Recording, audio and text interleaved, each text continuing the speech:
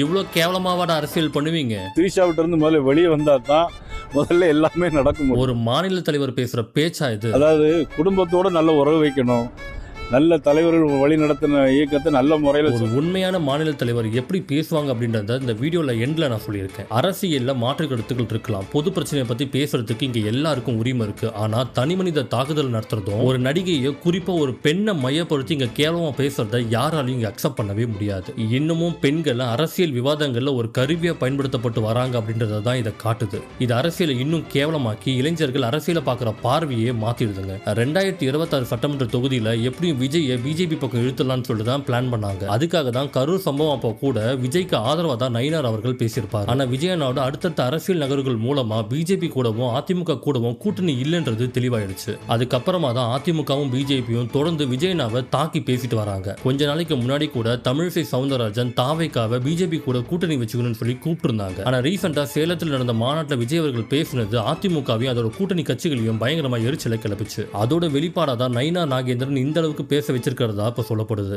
விஜயை நடிகை த்ரிஷாவோட தொடர்புபடுத்தி அவர் அரசியல் அனுபவம் இல்லாதவர், அவர் முதல்ல வீட்ல இருந்து வெளில வரும், அதுவும் த்ரிஷா வீட்ல இருந்து வெளில வரணும், அவர் குடும்பத்தோட இருக்க பழகணும் அப்படின்னு சொல்லி பேசினது விஜயை ஃபாலோ பண்றவங்களுக்கு மட்டும் இல்லைங்க, பொதுமக்களுக்கும் பயங்கரமா கோபத்தை உருவாக்குச்சு. எந்த அளவுக்குனா விஜயோட அரசியல் எதிரியா பார்க்கப்படுற டிஎம்கேல இருந்து கூட இந்த விஷயத்துக்கு கடுமையான கண்டனங்களை தெரிவிக்கப்பட்டிருக்கு. கனிமொழி, தமிழிசை தங்கபாண்டியன், காங்கிரஸ், விசிகா, மார்க்சிஸ்ட் கம்யூனிஸ்ட்னு திமுக கூட்டணி கட்சிகள் எல்லாமே விஜய்க்கு ஆதரவா இன்னைக்கு குரல் கொடுத்திருக்காங்க. அதே மாதிரி என்டிஏ கூட்டணியில் இருக்கிற டிடிவி தினகரன் அவர்களும் தங்களோட கூட்டணி தலைவர் பேசின கருத்துக்கு கண்டனம் தெரிவிச்சிருக்காங்க. ஒரு மாநில தலைவர் எப்படி பேசணும்ன்றதை நீங்க அண்ணாமலை கிட்ட இருந்து கத்துக்கணும். இதை பத்தின உங்களோட கருத்துக்களை கமெண்ட்ல சொல்லுங்க. அப்படி என்ன ஃபாலோ பண்ணிக்கங்க. ஒரு மனிதருடைய தனிப்பட்ட வாழ்க்கையிலே தலையிடுவதற்கு யாரும் உரிமை இல்லை. அவங்க பேசுறது பிஜேபிக்கு எதிராக பேசினா கூட இதுதான் நீங்க